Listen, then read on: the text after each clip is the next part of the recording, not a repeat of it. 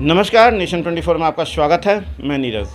बिहार में पंचायत चुनाव को लेकर तैयारी शुरू हो गई है और सरगर्मी भी तेज है, परंतु कोरोना काल को लेकर जो है सरकार जो है समीक्षा कर रही है और चुनाव आयोग भी समीक्षा कर रही है और देख रही है कि कोरोना की क्या स्थिति है, उसके बाद ही चुनाव कराया जाए। ये सारे चीज़ों पे अभी मंथन चल रहा है। लेकिन नेशन 24 की टीम जो है पूरे बिहार के पंचायत के दौरे पे और हर पंचायत में जाके वहाँ पे समीक्षा कर रही है, देख रही है, लेखा चोखा जान रही है कि उस पंचायत में कितना काम हुआ है, कितना काम नहीं हुआ है, कितने कागजी घोड़े दौड़ाए गए हैं, कितने बिचौलियों ने काम किया है। इन सारी चीज़ों पे चर्चा कर रही है, जनता से मिल रही है, उनसे जानना समझना चाह रही है और उन सारी चीज़ों को ये भी देख रही है कि जनरल योजना की क्या स्थिति है, गली नाली सड़क की क्या स्थिति है, कितना काम हुआ है, ज़मीनी स्तर पर कितना काम दिखते हैं। सारी चीज़ों को देखते हुए हर पंचायत में जाके वहाँ पर समीक्षा कर रही है। उसी क्रम में आज हम पहुंचे हैं पंचायत लखनापुरी में और हमारे साथ मौजूद हुए हैं मुखिया परमीला देवी के पति और प्रतिनिधि द्वारिका पासवान जी। तो आइए आज हम इनसे बात करते हैं इनके पंचायत में और जानते हैं कि इस पंचायत में इन्होंने कितना काम किया, कितना 5 साल में विकास कर पाए, क्या समस्याओं से रूबरू होना पड़ा, जनता से क्या दिक्कतें आई, अधिकारियों के कैसे सामंजस्य बैठा पाए। इन सारे चीज़ों पर भी हम इनसे चर्चा और परिचर्चा करेंगे और जानेंगे इनके पंचायत के बारे में कि क्या हाल है इनके पंचायत का और कैसे विकास की नई गाथा आगामी चुनाव के बाद ये लिख पाएंगे। नेशन 24 आपके आने के लिए बहुत बहुत धन्यवाद। आप भी आए हमारे पंचायत में, इसलिए आपके आभार व्यक्त करते हैं, आपका स्वागत करते हैं। मेरा पहला सवाल है कि पूरे 2016 से 2021 के बाद 21 तक में आपने पंचायत में कितना विकास कर पाया? देखिए, हम लोग जितना सरकार कहा उन अनुसार से पैसा दिया नहीं, जितना जी राशि दी गई उससे अधिक काम कर दिया गया है। राशि के अभाव में कुछ जगह काम बाकी है, लेकिन नल जल की जहाँ तक सवाल है, पूरा मेरा 14 का वार्ड है, 15 जगह नल जल कर दिए, सब जगह चालू है जी। मुझे ये जानना है कि मुख्यमंत्री जी का जो है 7 निश्चय में से 2 निश्चय योजना जो थी बहुत मुख्य योजना थी। एक थी जल नल योजना, एक गली नली सड़क योजना। तो पहले मैं ये जानना चाहूँगा कि जल नल योजना की क्या स्थिति है, क्या यहाँ पे पीएचडी ने भी काम किया या सिर्फ यह सारा जल नल योजना पे आपने काम किया है? यहाँ पीएचडी काम नहीं किया, नल जल का जितना काम हुआ जो यहाँ वार्ड प्रबंधन समिति के द्वारा किया गया, यहाँ पूरा जगह काम हो चुका है। बाकी नली गली तक जहाँ तक सरकार तो हर घर नल जल, हर नली गली पक्कीकरण, बाकी बैंड लगा देता है कि एक वार्ड में 40 लाख से ज़्यादा काम नहीं करना है, एक वार्ड में 40 से ज़्यादा काम नहीं करना है।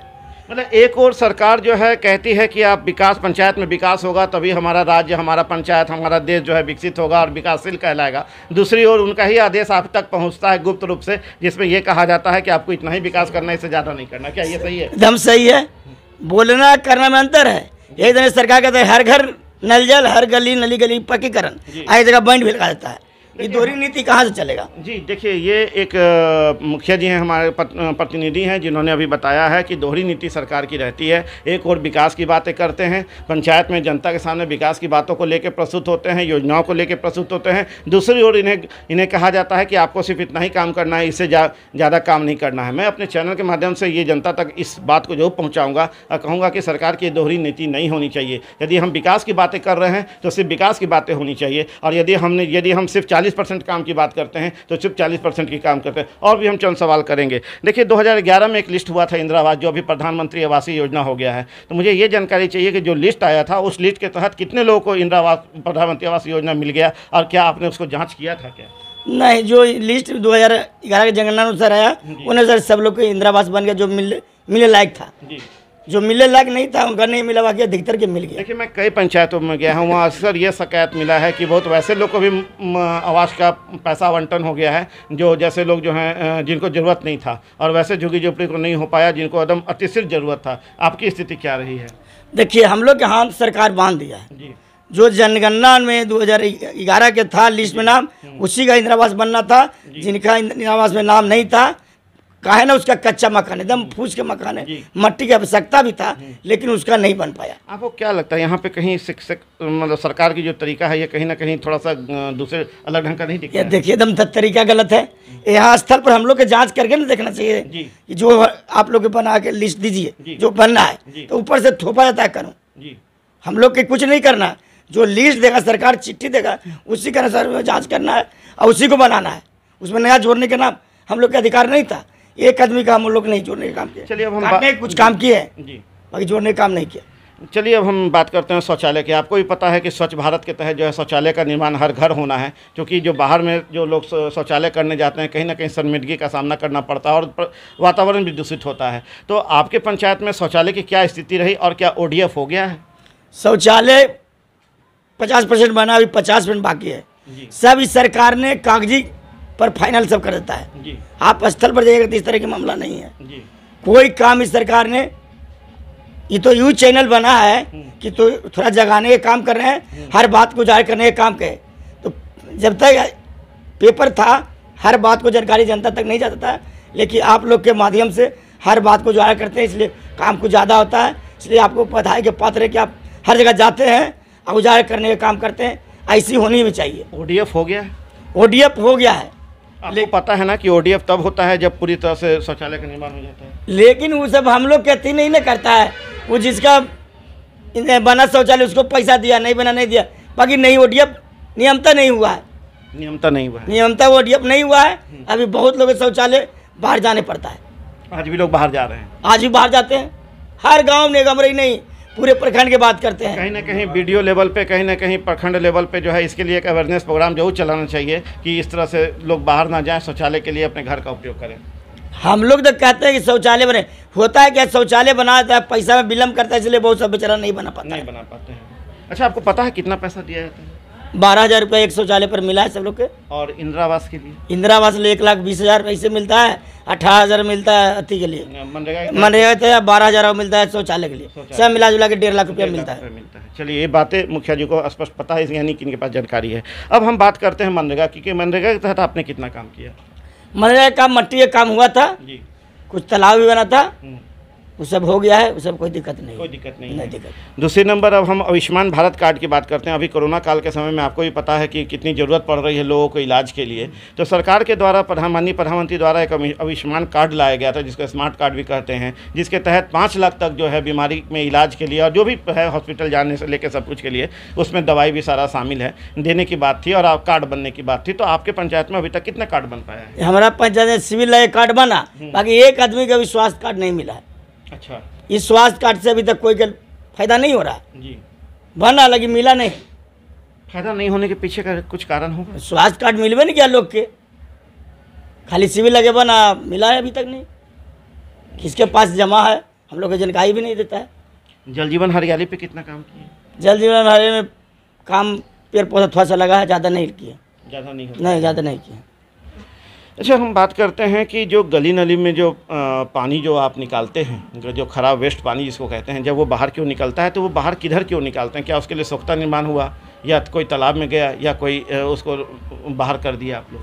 न जाइए, जैसे पानी जहाँ रहता है पानी के रास्ता धरा देते हैं जी, सोख्ता है काम नहीं, पानी के रास्ते धराते हैं, सोख्ता तो नहीं बना। मतलब सोख्ता नहीं बना? सोख्ता बना वही स्कूल, जहाँ स्कूल था वहाँ सोख्ता बना, जो चापाकल के पानी था वो सोख्ता में गया। अब हम बात करते हैं कि अभी कोरोना काल है, समीक्षा हो रहा है। जैसे ही सरकार का आदेश था कि जब कोरोना की रफ्तार धीमी होगी और आंकड़ा कम होता जाएगा तो उसके बाद चुनाव के विषय में बातें होगी, चुनाव आयोग समीक्षा करेगा और उसके बाद जो है अधिसूचना जारी होगी चुनाव को लेकर। तो क्या मुद्दा इस बार लेके आप चुनाव में जनता के बीच जा रहे हैं? चुनाव के मुद्दा है कि हम विकास के नाम पर जाएंगे, जो काम किए हैं अच्छा लगेगा तो वोट देंगे, जो अच्छा नहीं लगे नहीं देंगे।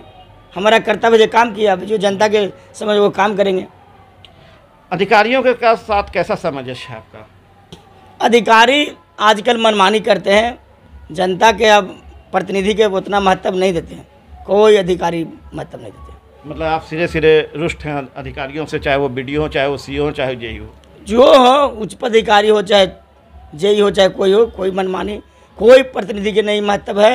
ये सरकार का देन है, नीतीश कुमार जी का ही देन है कि कोई प्रतिनिधि का मान सम्मान नहीं मिलता है। ये नीतीश कुमार जी, हम लोग बहुत दिन से जनता से जुड़े रहते हैं, इस तरह कभी नहीं देखते थे। क्या संदेश देंगे हमारे टीवी के माध्यम से अपने पंचायत की जनता को और बिहार के जनता? हम टीवी के माध्यम से संदेश सरकार के देना चाहते हैं कि आप अफसर से जानकारी मत लीजिए, अफसर सलाह न लेकर के आम जनता से बात करके जानकारी लेकर के योजना बनाइए। ये AC घर में बैठ करके मीटिंग करके हर प्लानिंग बनाते हैं, आम जनता के कोई बात नहीं सुनते। हम अभी विपक्ष के देखे तो विधानसभा ने हल्ला किए, उनको मारने का काम किए। विपक्ष भी हम लोग इसकी तनाशाही से डरे हुए सब है। मास्क वितरण हो पाया आपके पंचायत में? मास्क वितरण कुछ हुआ है, पूरा भी नहीं हुआ है जी।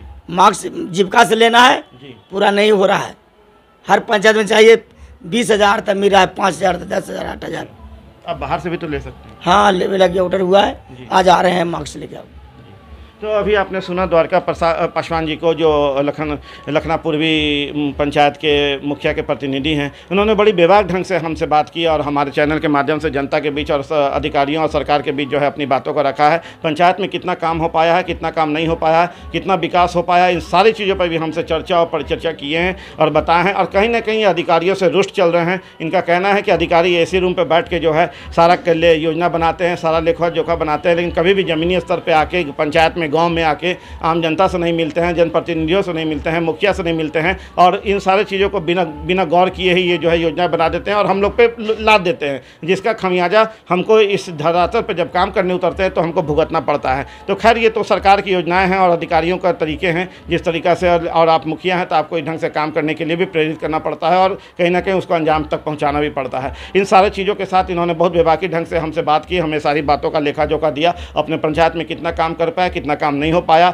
आगे कैसे काम करेंगे, क्या त्रुटि रह गई, इन सारी चीज़ों को लेके इनका कहना है कि आगामी चुनाव में जब अभी हम वर्तमान प्रतिनिधि हैं और जब हम प्रत्याशी बन के उतरेंगे तो हम इन सारी चीज़ों को लेकर जनता के बीच जाएंगे। चूँकि हमने विकास किया है इसलिए हम कहते हैं कि जनता हमें जरूर पसंद करेगी, दोबारा हमें फिर से मुखिया बनाएगी और यदि हम दोबारा मुखिया बनते हैं तो जो त्रुटि इस बार रह गई है और वर्तमान सरकार की जो भी योजनाएं नहीं आएगी उन सारी चीज़ों को लेते हुए विकास की नई बातें, विकास की नई गाथा, विकास की नई बयार जो है इस पंचायत में बहाने की कोशिश करेंगे और एक आदर्श पंचायत बनाने की कोशिश करेंगे, जो मूल रूप से बहुत ज़रूरी है पंचायत में विकास के लिए, राज्य के विकास के लिए और देश के विकास के लिए। आप देख रहे हैं नेशन 24। नमस्कार।